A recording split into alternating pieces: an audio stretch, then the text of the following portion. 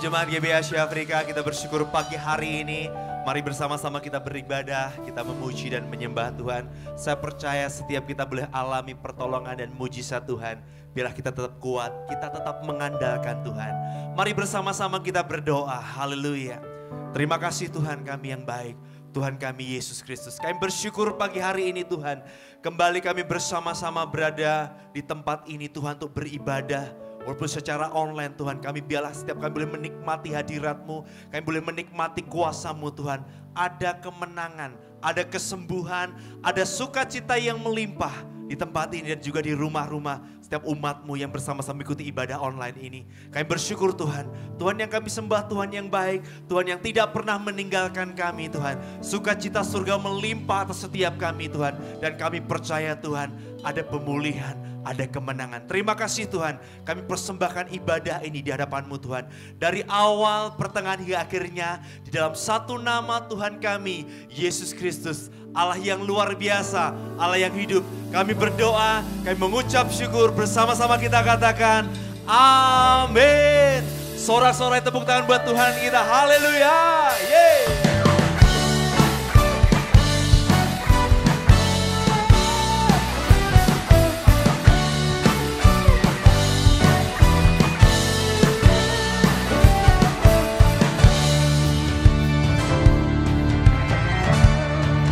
Bersama-sama. Hari ini, hari yang telah dijadikan Tuhan, mari kita bersuka. Hari ini, hari yang telah dijadikan Tuhan, mari kita bersuka dalam Tuhan.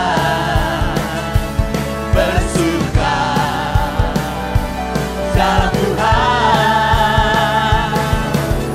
bersuka, bersuka dalam Tuhan, mari bersuka, bersuka citalah, bersuka, bersuka dalam Tuhan, mari bersuka, bersuka citalah. Biarlah sukacita itu melimpah, amin.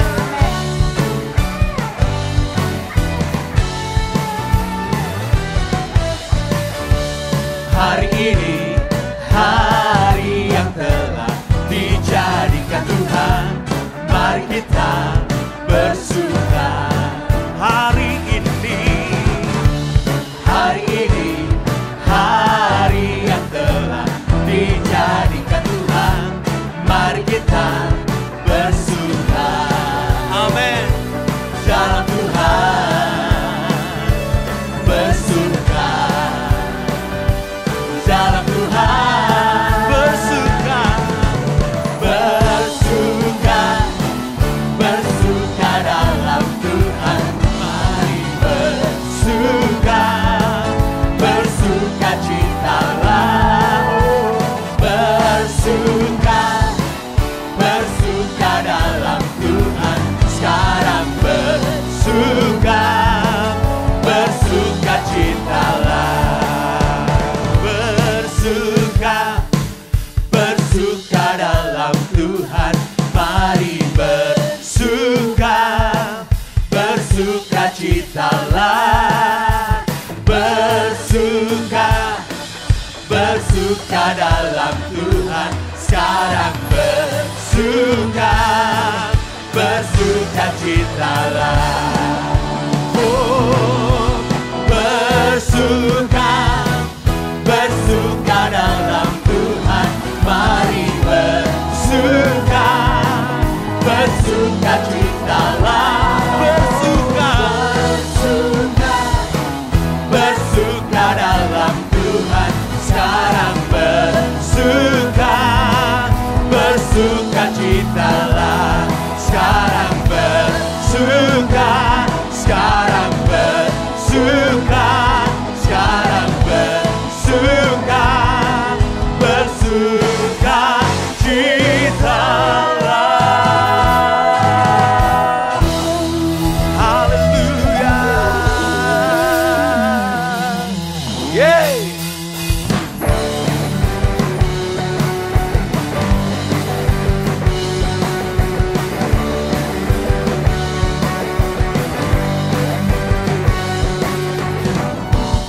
firman terangi jalanku, perisai iman di setiap waktu, lindungiku dari segala. Tak pernah ku ragu karena Dia bersamaku, setia menjaga dengan kuasa mulia. Hanya di dalam nama-Nya Yesus ya sumber pengharapan di sepanjang hidupku. Hanya di dalam kuasa-Nya pasti tersedia kemenangan bagiku selama-lamanya. Haleluya. Biarlah kebenaran-Mu yang bebaskan setiap kami, Tuhan. Kebenaran yang bebaskan selalu berikanku kekuatan hadapi segala tantangan. Tak pernah ku ragu karena Dia bersama, setia menjaga dengan kuasa mulia. Hanya di dalam nama-Nya Yesus ya sumber pengharapan di sepanjang hidupku. Hanya di dalam kuasa-Nya pasti tersedia kemenangan bagiku selama-lamanya. Haleluya.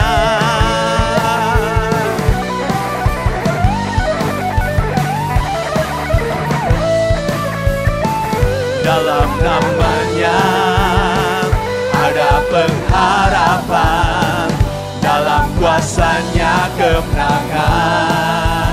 Oh, hanya di dalam nama-Nya Yesus ya sumber pengharapan di sepanjang hidupku.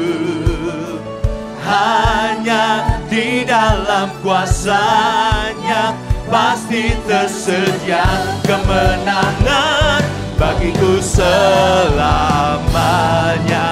Hanya di dalam nama-Nya Yesus ya sumber pengharapan di sepanjang hidupku.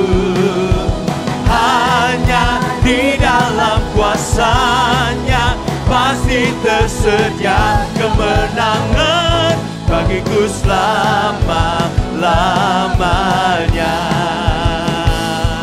Oh,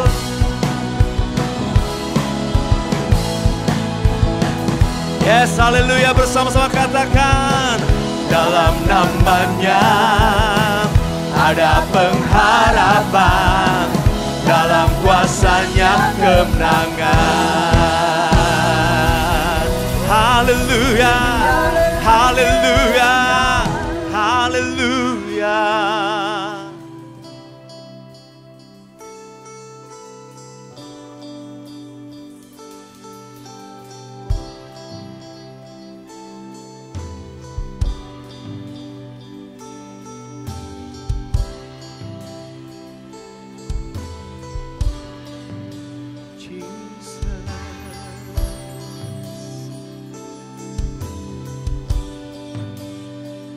Where would I run but to the throne of mercy? Where would I kneel but at His grace of grace? How great the love, how strong the hand that holds us. Beautiful, so beautiful. So I bow to lift you high, Jesus, be glorified.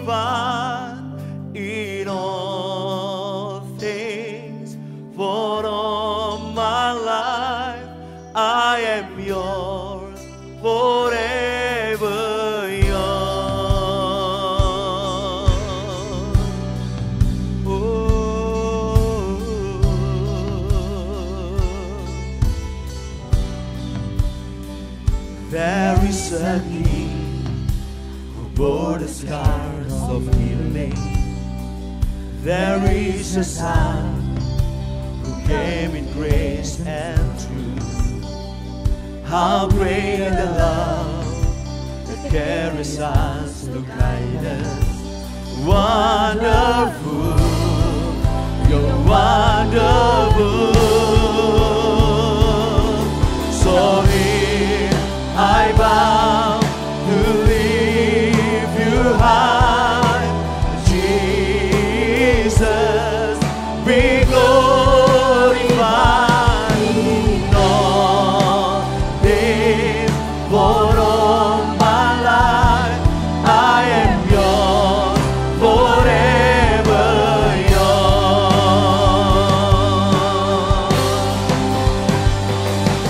God, here and now be lifted high, right here and now be glorified. God of heaven and earth, God who brought me back to life, I am yours, forever yours.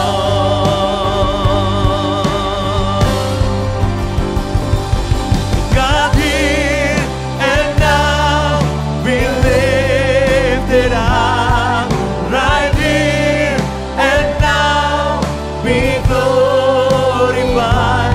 God of heaven and earth, God who brought me back to life, I am yours, forever yours.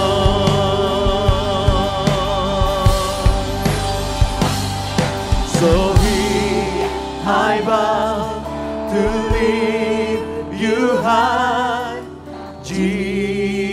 Jesus, be glorified in all things.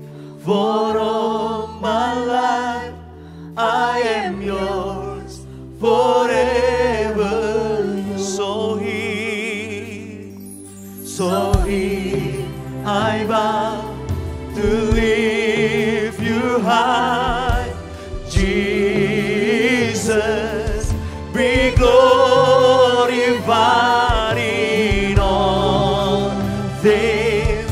For all my life I am yours, forever yours. Hallelujah. God, here and now be lifted high, right here and now be glorified. God of heaven and earth, God who brought me back to life, I am yours, forever.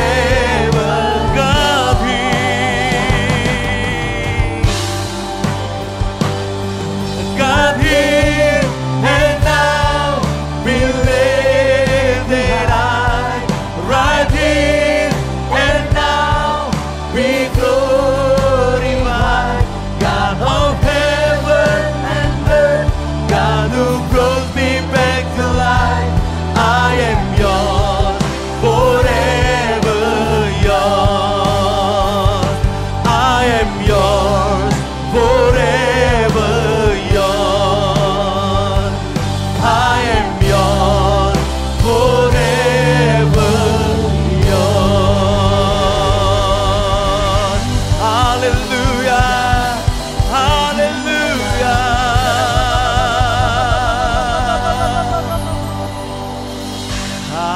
Hallelujah, hallelujah. Terpujilah namamu, segala puji dan hormat, kemuliaan dan kuasa bagi Dia selama-lamanya. Haleluya, haleluya, haleluya. Terpujilah namamu, segala puji dan hormat, kemuliaan dan kuasa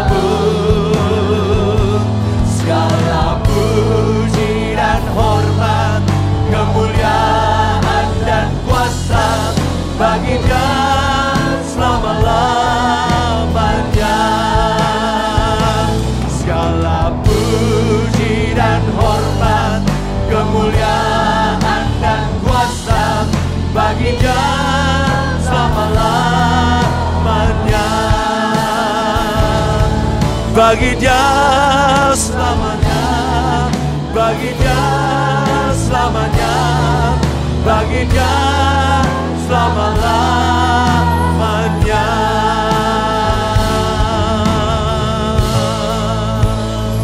Haleluya, haleluya.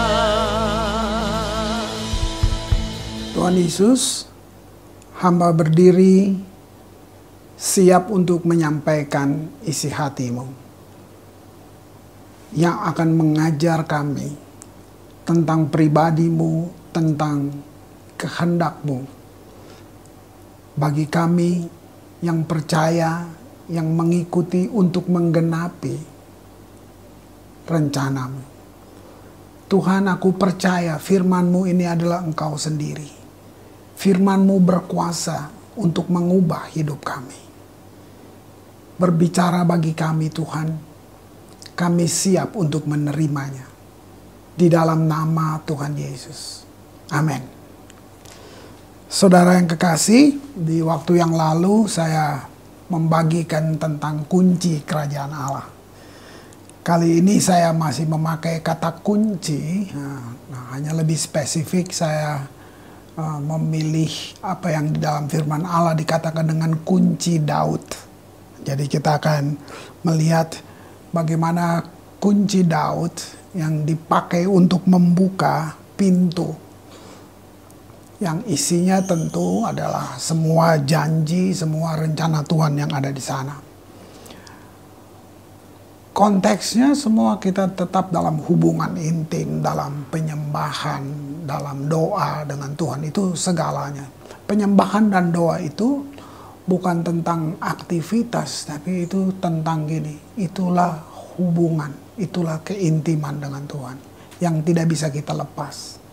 Sering kamu dengar doa itu seperti nafas kita. Penyembahan juga begitu. Penyembahan itu kan kesadaran kita akan siapa kita dan siapa yang menciptakan kita. Nah, sehingga dari dua kata itulah kita membangun hubungan, kedekatan, keintiman dengan Tuhan. Nah, kalau kita ngomong tentang topik itu, saya mau katakan bahwa semua tulisan teologi yang terhebat sekalipun, ya, semua hikmat manusia tidak bisa menyingkapkan luasnya kebaikan dan kelayakan Tuhan untuk disembah. Kita ketika mengerti keindahan dan keberhargaan Tuhan, penyembahan pribadi kita, nilai kita untuk gaya hidup menyembah akan berubah karena kita mengerti keberhargaan Tuhan. Keberhargaan Tuhan itu seberapa dalam saudara dan saya ngerti. Saya gambarkan gini, itulah yang paling berharga di seluruh alam semesta, di sorga. Itu yang paling berharga. Bukan pintu gerbang emas, jalan-jalan dari emas, bukan benda. Yang berharga bagi Bapa di sorga dari semuanya adalah anaknya Yesus Kristus. Itu dia serahkan buat kita. Nah, jadi saya pinjam keberhargaan kita terhadap Tuhan Yesus, ya, keberhargaan Tuhan Yesus dalam hidup kita, gitu.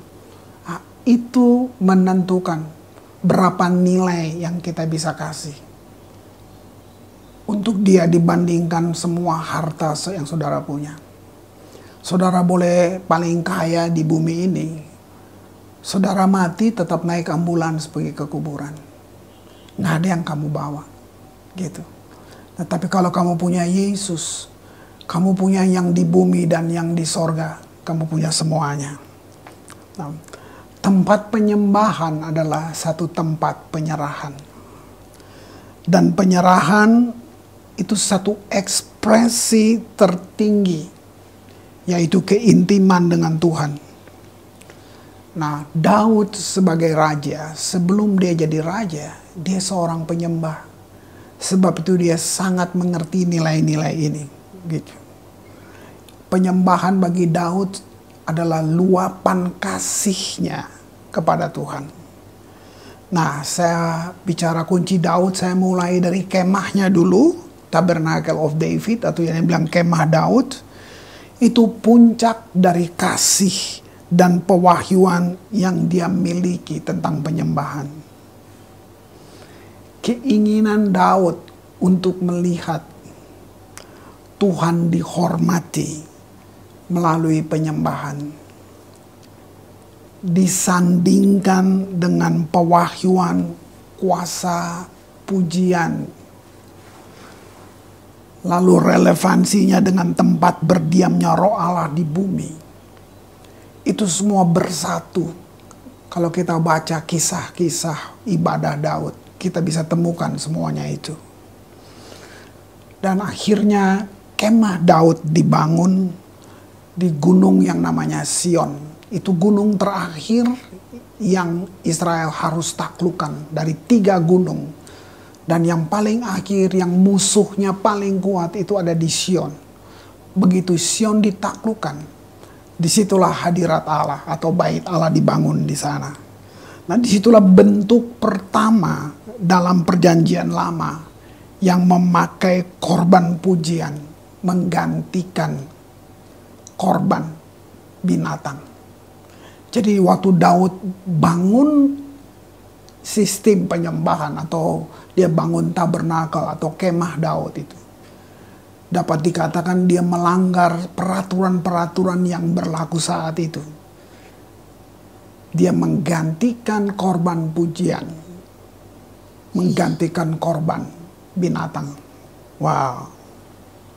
Nah, dikatakan 33 tahun Daud menyenangkan hati Tuhan.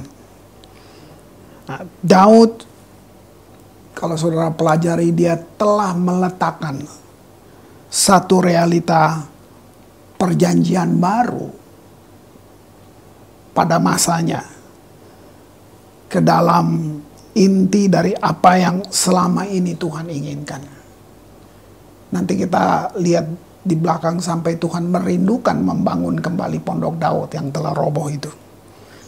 Jadi pada dasarnya kemah Daud itu satu gambaran mengikuti roh daripada hukum tertulis. Nah, Galatia 5 ayat 18 saya bacakan.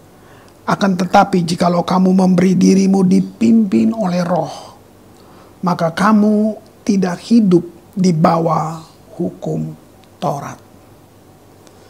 Nah, bahasa Indonesia masa kini ya. Tetapi kalau Roh Allah memimpin kalian. Nah, ini terjemahan lain ya. Kalau Roh Allah memimpin kalian, maka kalian tidak dikuasai oleh roh agama. Nah, Daud adalah seorang imam, seorang nabi, seorang raja. Itu merupakan gambaran orang percaya sekarang, perjanjian baru. Dan kemah yang realitanya sekarang adalah hati kita. Kalau dulu kemah, nah sekarang kita yang jadi kemah. Tuhan berdiam di kita. Jadi hati kita sangat penting. Mereka yang belum belajar menjadi imam, gitu. Imam ini bukan jabatan ya, gitu. Nah, imam ini fungsi. Jadi kalau saya katakan saudara melayani sebagai pemain musik di gereja, nah, saudara nggak disebut anak band gitu, tapi saudara disebut imam musik. Kenapa? Karena ada tanggung jawab spiritual. Itu panggilan rohani saudara, gitu. Nah, jadi kita di situ belajar bahwa kita berada di puncak gunung. Artinya di puncak gunung kita ada di dalam rencananya, kita ada di dalam kehendaknya, kita ada di dalam agendanya. Kira-kira begitu. Jadi kita nggak butuh drama kayak panggung-panggung di luar sana, di publik ya. Kita nggak butuh itu, tapi kita butuh suatu yang dipimpin oleh roh, bukan dimotivasi oleh daging. Kita butuh pemahaman ini, baru kita bisa masuk dalam pelayanan yang berkenan kepadanya. Nah, akan ada satu pergerakan, saya mengatakan ini sebagai semacam satu pesan profetik. Satu pergerakan yang saya bilang gini, kita memuridkan orang dalam hadirat Tuhan. Konkretnya gimana? Nah, biasa pemuridan itu ada guru mengajar di kelas atau kita berkhotbah di depan. Tapi akan ada satu pergerakan di mana dengan pujian dan penyembahan. Karena isi dari pujian penyembahan itu merupakan pesan-pesan penting. Itu yang diterima oleh orang dan itu semacam pengajaran buat orang melalui penyembahan. Itu dimaksudnya. Jadi orang dimuridkan dalam hadirat Allah. Sederhananya gini, kita datang dalam penyembahan, tiba-tiba kita berubah. Tiba-tiba kita mengerti apa yang kita harus buat, bagaimana saya harus melakukan ini. Bahkan yang ekstrim, mungkin kamu mau bunuh diri, nggak jadi bunuh diri. Kenapa? Karena hadirat Allah yang turun dan memberi pengertian, membukakan, menyingkapkan. Itu yang saya sebut dengan pewahyuan di saat penyembahan sedang berlangsung. Yesaya 51 ayat yang ketiga saya bacakan. Sebab Tuhan menghibur Sion, menghibur segala reruntuhannya. Ia membuat padang gurunnya seperti Taman Eden, dan padang belantaranya seperti taman Tuhan. Di situ terdapat kegirangan dan sukacita, nyanyian syukur dan lagu yang nyaring. Saudara, Sion itu pusat ibadah. Nah, jadi waktu bait Allah dibangun di situ, waktu tabernakel dibangun di situ. Nah, itulah penyembahan pertama yang saya bilang dibangun oleh Daud. Nah, disitulah Israel dipimpin oleh penyembahan. Nah, tadi dikatakan 33 tahun Daud menyenangkan hati Tuhan. Kalau saudara senang belajar bahwa di masa itu Israel naik sampai kepada puncak keberhasilan. Israel berada puncak kejayaan. Waktu mesbah-mesbah atau penyembahan mereka hancur, panen ikut gagal, hujan tidak turun, penyakit masuk, gitu. Itu masa perjanjian lama. Tapi di situ kita bisa lihat bagaimana Daud menghormati Tuhan di atas semuanya. Nah, kita mau lihat satu ayat dasar bagi pergerakan penyembahan dan doa.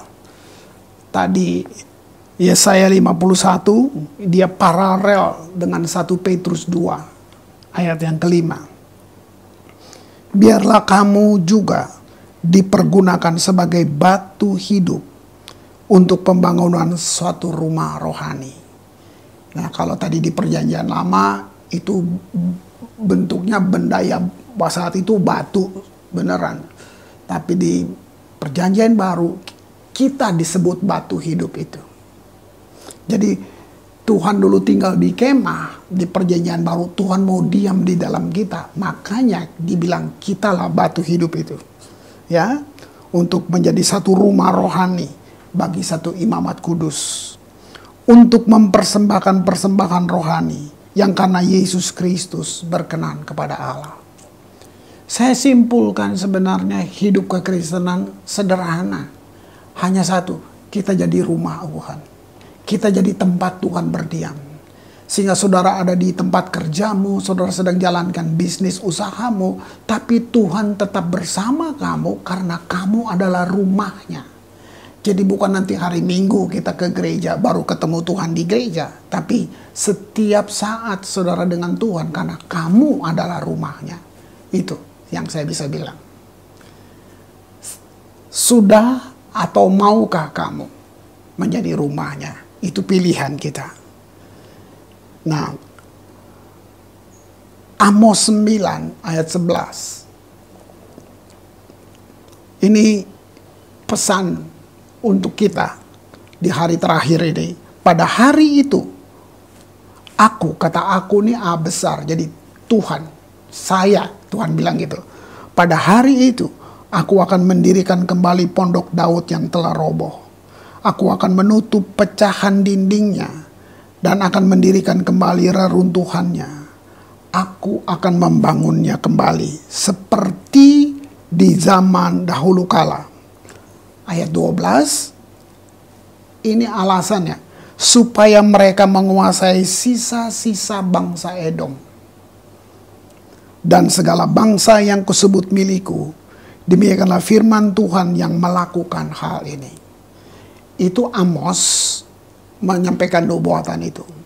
Nah, waktu berjalan, masa perjanjian baru, Yesus sudah datang, mati dan bangkit, Roh Kudus turun.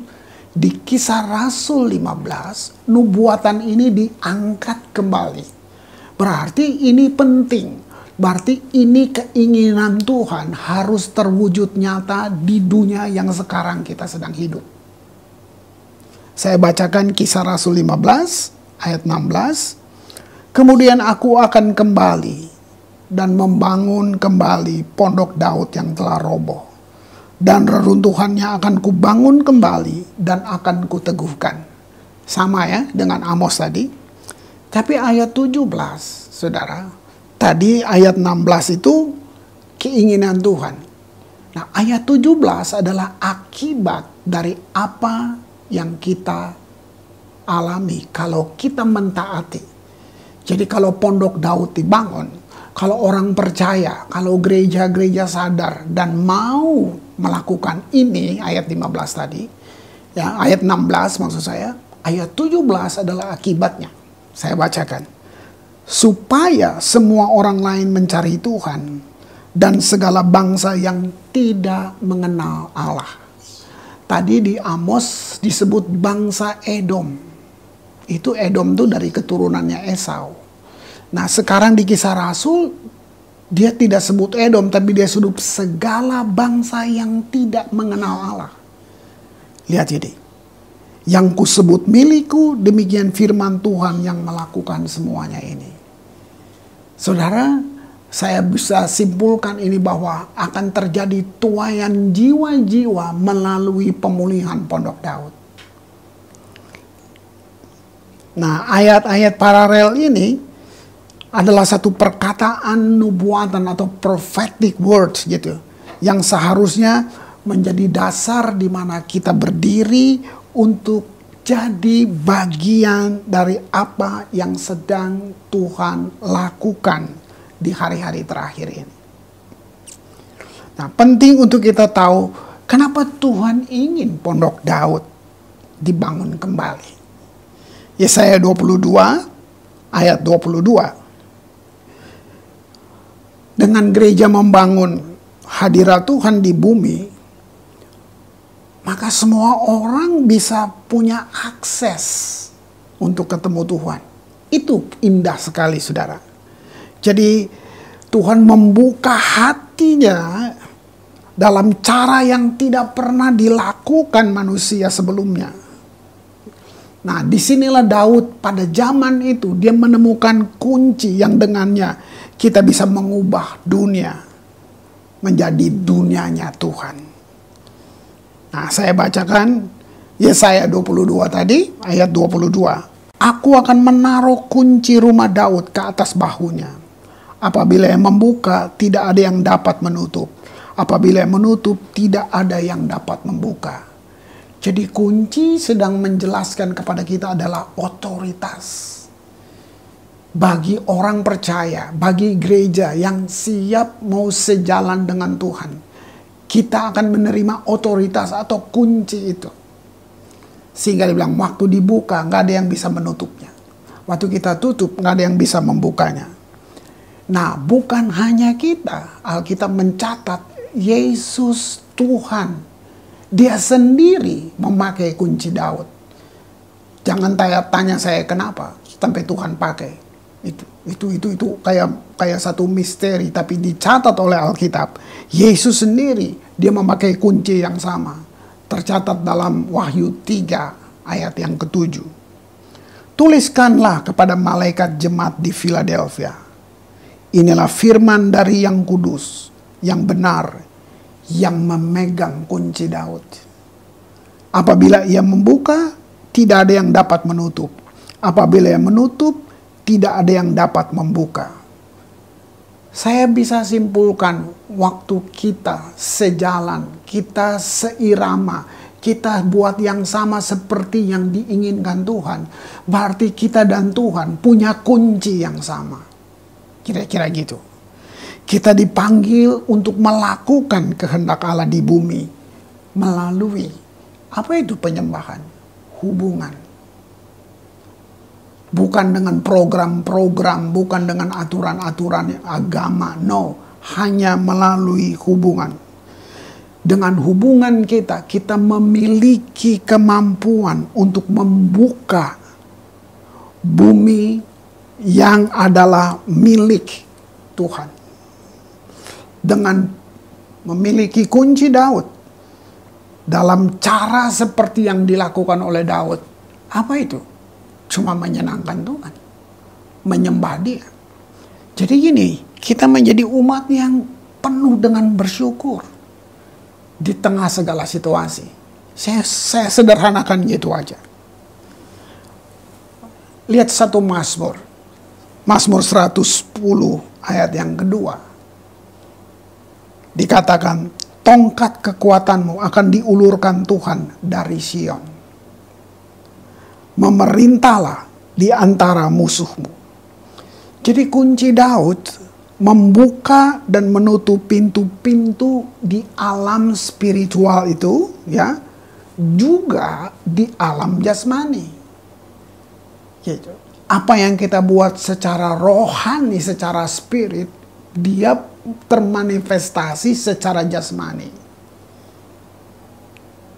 Yesus memerintah dan menjalankan otoritas dari mana? Dari hadiratnya.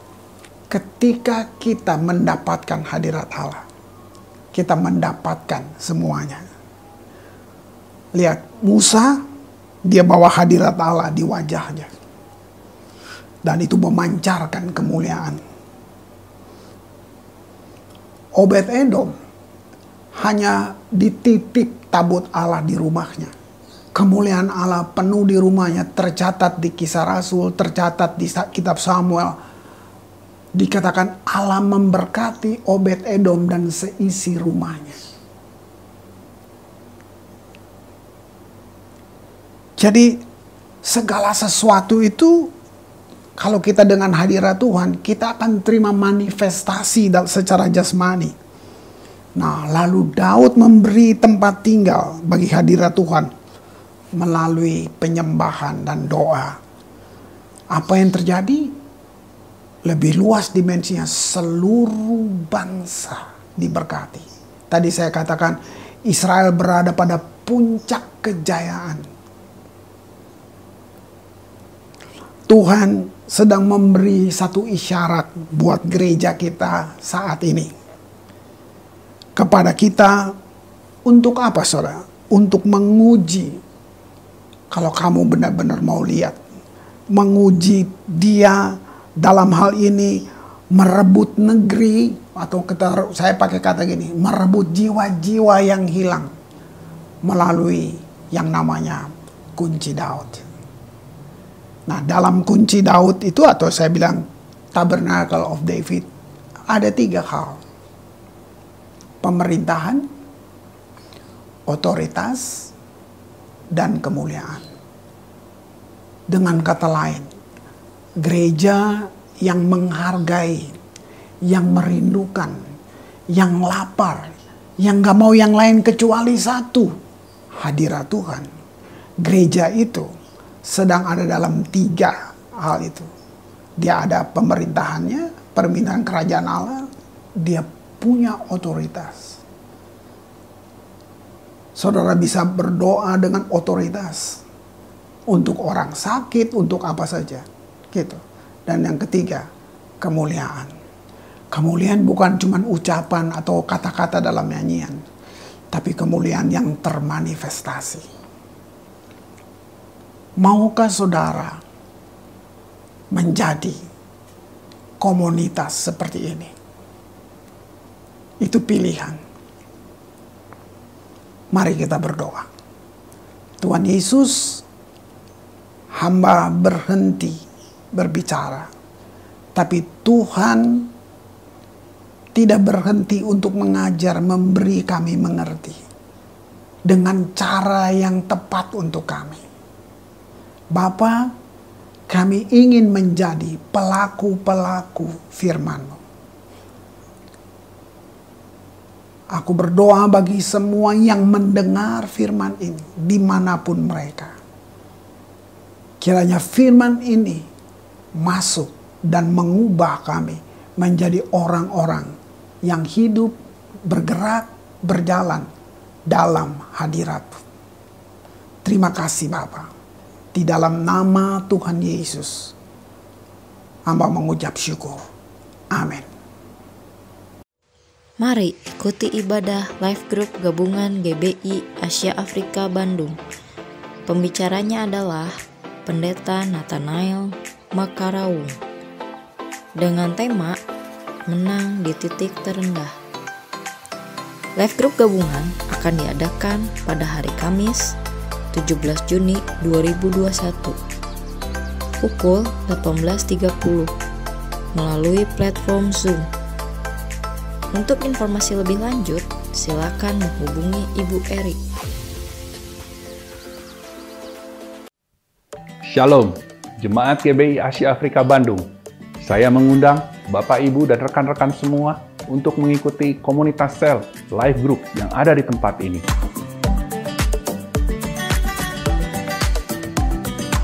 Saat ini kita melakukannya melalui aplikasi Zoom.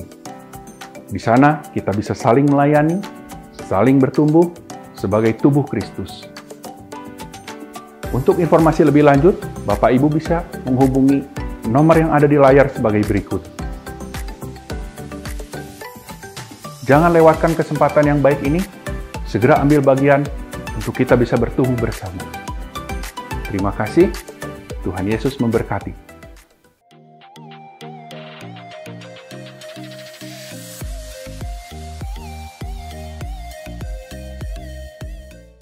Puji Tuhan Bapak Ibu Saudara sekalian, kita akhiri ibadah kita pagi hari ini, kita bersyukur buat anugerah Tuhan. Kita naikkan pujian, kami memuji kebesaran-Mu.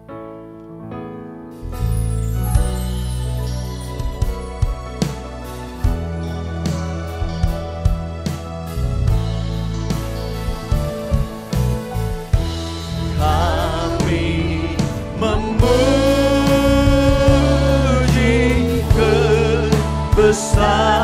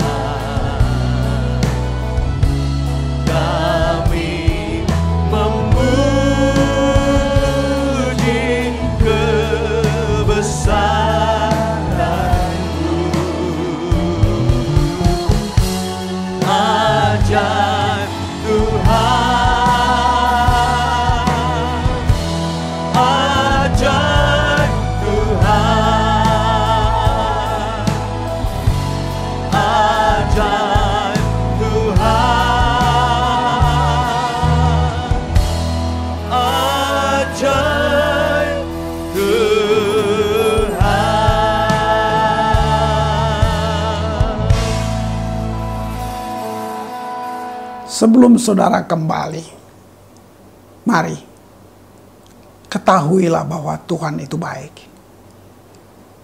Mari punya kerinduan untuk selalu hidup dengan Dia, berhubungan dengan Dia.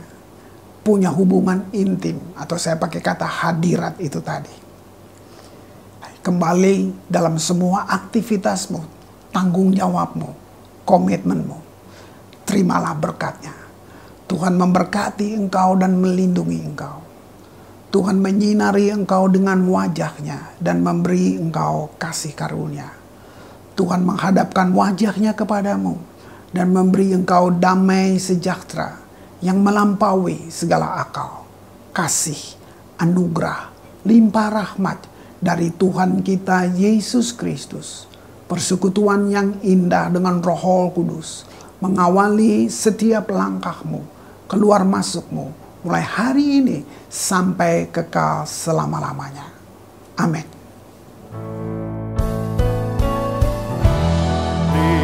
Terima kasih Yesusku, terima kasih Yesusku, puji syukur hanya bagi Tuhanku. Terima kasih Yesusku, terima kasih Yesusku, puji syukur hanya bagi Tuhanku.